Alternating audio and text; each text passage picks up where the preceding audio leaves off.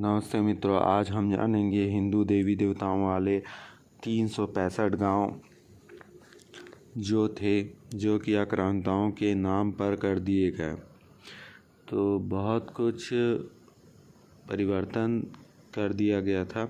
इतिहास गवाह है कि आक्रमणकारियों ने दिल्ली को कई बार तोड़ा, देशवासियों की भावनाएं और मान सम्मान को अपने अभिमान और क्रूरता तले रौंदा। इन्हीं घटना, क्रूरताओं और बर्बरताओं की निशानी आज भी नामों के रूप में हमें पल पल डसती रहती है।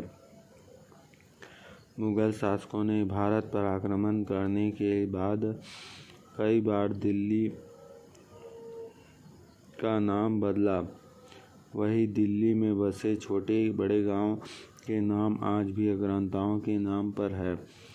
दिल्ली को पहले दिल्ली के नाम से बुलाया जाता था, फिर इसका नाम शाहजहानाबाद पड़ा। इसके बाद इंद्रप्रस्थ के नाम से लोग जानने लगे। यहाँ के गांवों के नाम हुमायूं, तैमूर, औरंगजेब या फिर मोहम्मदपुर के नाम से होते थे, लेकिन सच तो यह है कि इसके वास्तविक नाम कुछ और थे। कई अभिलेख साक्ष्य मिले हैं जिसमें यह पता चलता है कि इसके नाम पहले हिंदुओं के भगवान के नाम पर थे।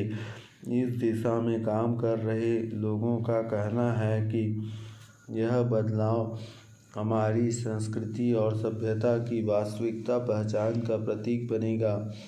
उन नामों को तलाशना होगा जो इन आक्रमणकारियों से पहले थे, क्योंकि इतिहास के पन्नों में जिन नामों को पढ़ते हुए लोगों को घृणा होती है, उन्हीं के नाम के गांव में रहने पर सैकड़ों पर चलने को वे मजबूर हैं। दैनिक जागरण की एक रिपोर्ट के अनुसार दिल्ली में करीब 365 गांव ऐसे हैं जिसमें अधिकतर के नाम में विदेशी आक्रमणकारियों की छाप मिलती है। पुरातत्व विभाग दिल्ली के पूर्व निदेशक और यहाँ के 365 गांव पर अध्ययन करने वाले डॉक्टर धर्मवीर शर्मा का कहना है कि बात सिर्फ 2 गांवों का नहीं, दिल्ली में करीब 365 गांव हैं जिसमें से अधिकतर के नाम पर आक्रांताओं के नाम पर है।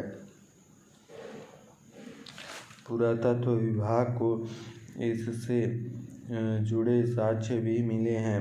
13वीं शताब्दी से मिला सरवान अभिलेख इसकी पुष्टि करता है, जिसमें इंद्रप्रस्थ, मौजा, हरियाणा लिखा हुआ है। दिल्ली, डिल्लू और दिल्लिका होने से पहले एक गांव से विकसित हुई थी। इस गांव का नाम किलो कड़ी थी। जब यहाँ पर राजा डिल्लू ने कील लगाई तो इसका नाम किलो कड़ी पड़ गया। इसी तरह से महारौली का नाम मिहिरावाली था, जो कि आचार्य मिहिर के नाम पर रखा गया था। डॉक्टर धर्मवीर का कहना है कि जो इतिहास 500 सालों से पढ़ाया गया वह गाइड की कहानी के अलावा कुछ नहीं है। वही पौराणिक इतिहासकारों नीरा मिश्र का कहना है कि दिल्ली के गांवों के नामों के साथ मुगलों के समय में बहुत खिलवाड़ हुआ है। पहले हौज खास और सीरी कोट के इलाके के नाम शाहपुर जड़ था। इसी तरह मनीष कुमार गुप्ता बताते हैं कि पटपगंज का नाम मुगल शासन काल में सहीबागंज हुआ करता था, जो कि किसी मुग़ल बादशाह की प्रेमिका के नाम पर था। आजकल मोहम्मदपुर गांव का नाम बदलने की चर्चा जोरों पर है, जिनकी प्राचीन नाम माधवपुर था। इतिहासकार मनीष कुमार गुप्ता बताते हैं कि पृथ्वीराज चौहान को हराकर जब मोहम्मद गौरी ने उत्तर क्षेत्र पर अपना कब्जा जमा लिया, तब अपने गुलाब को कुतुबुद्दीन ऐबक को उनके गवर्नर बना दिया था और खुद वापस गजनी लौट गया था। मोहम्मद गौरी की इच्छानुसार दक्षिण दिल्ली के हुमायूंपुर गांव के पहले हनुमानपुर के नाम से जाना जाता था। यह गांव तकरीबन 350 साल पहले बसाया गया था।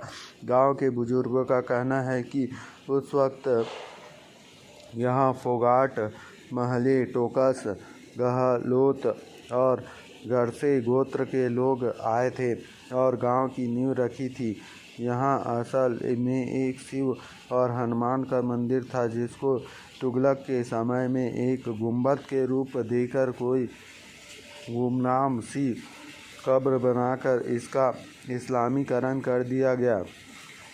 आपको बता दें कि आक्रांताकारियों ने आखिरकार नाम क्यों बदले। दरअसल विदेशी आक्रमणकारियों का अपनी जीत की निशानी के तौर पर गांव, कस्बों और शहरों के नाम को बदलना शौक था।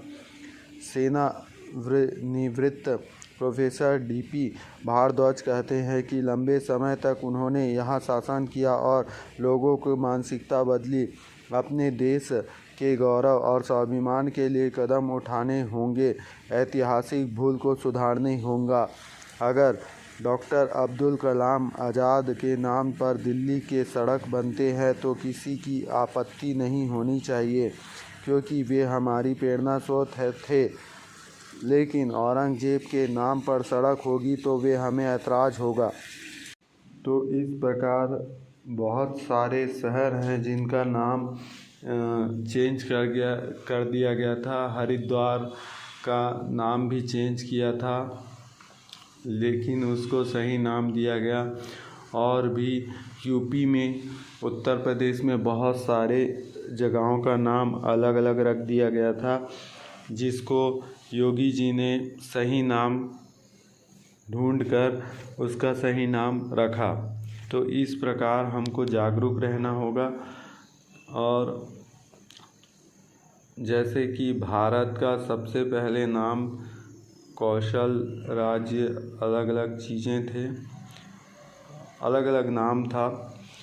और भारत बाद में पड़ा, इंडिया बाद में पड़ा, लेकिन उसके पहले अलग अलग नाम थे।